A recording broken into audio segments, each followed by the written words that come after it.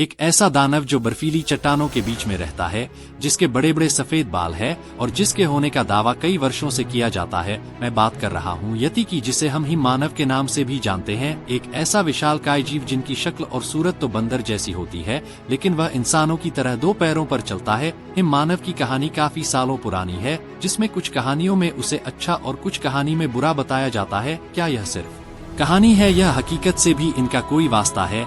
यह सवाल सबके दिमाग में। या यति मानव जैसा कोई जीव इस धरती पर सच में है, या यह कोई इंसानों द्वारा की गई कल्पना है? नमस्कार दोस्तों, मेरा नाम है जतिन और आप सभी का स्वागत है हमारे वाइल्ड लाइफ जतिन चैनल पर। दोस्तों, आज हम इस वीडियो में बात करेंगे यति मानव के बारे में, जिसे देखे जाने की बातें कई बार सुनी गई है, और जानेंगे यति मानव के कुछ ऐसे सबूत के बारे में जिससे यति के होने का पता चलता है। तो वीडियो में आखिर तक बने रहना। भारत, नेपाल, तिब्बत के हिमालय क्षेत्र में कई वर्षों से यति मानव के होने की कहानियां प्रचलित है। यति में कई लोगों ने दावा किया है। इस चीज का दावा करने वाले लोगों का कहना है कि यह जीव घने लंबे बालों और 8 से 10 फीट ऊंचा है, और ऐसा अनुमान लगाया जाता है कि इसका वजन 200 से 250 किलो के बीच होगा। इसकी खासियत है कि ये इंसानों कितने दो पैरों पर चलता है। ऐसा भी कहा जाता है कि इसकी आंखें बड़ी बड़ी और लाल अंगारे जैसी होती है, और यह बहुत ही बधी शक्ल वाला डरावना दानव है।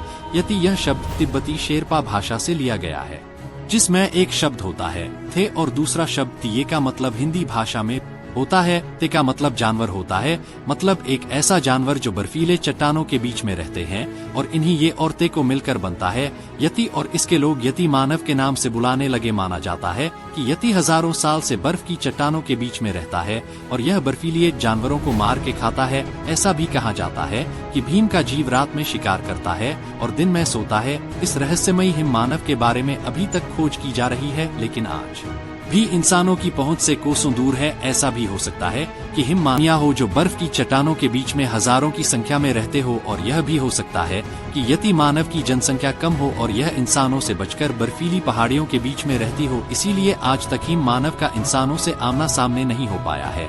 लेकिन इस रहस्य से जब तक पढ़ना नहीं उठ सकता है कि इंसान इसके रहने का कोई ठिकाना नहीं खोज लेता, इसीलिए यह अभी एक रहस्यमयी है।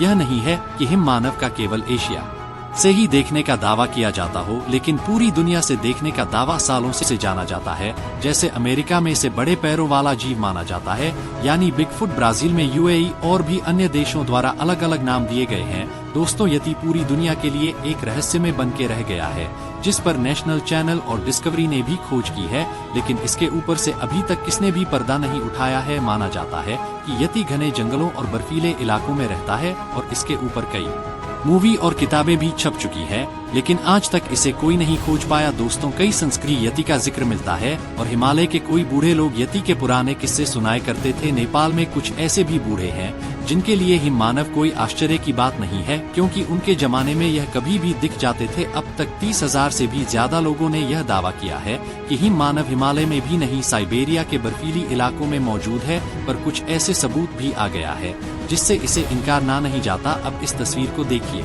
जो 1951 से ली गई थी, जिससे चार्ल्स हार्वर्ड बनी ने ली थी, जिन्होंने समझ नहीं पा रहे थे कि इतने बड़े निशान किस जानवर के हैं। इसीलिए रिसर्च करने के लिए उन्होंने इन पैरों की फोटो खींची, लेकिन वह इस रहस्य को कभी सोचा नहीं पाए। और नेपाल और तिब्बत के लोग इसे अपना पूर्वज भी मानते हैं। और आपको यति की मूर्ति कैसी कैसी मंदिर में देखने को मिलेगी। दोस्तों, यति के बारे में किताब लिखने वाले शिव शंकर बताते हैं, कितनी पति और नेपाली लोगों के बीच में एक कहानी इतनी प्रसिद्धि इसलिए हुई क्योंकि वह अपने बच्चों को सुनाया करते थे, क्योंकि उनके बच्चे और उनके साथ ही रहे। अगर यह सब कहानियां ही थी तो सोचने वाली बात तो ही है कि समय पर यति का लोगों द्वारा देखने जाने वाला क्या है।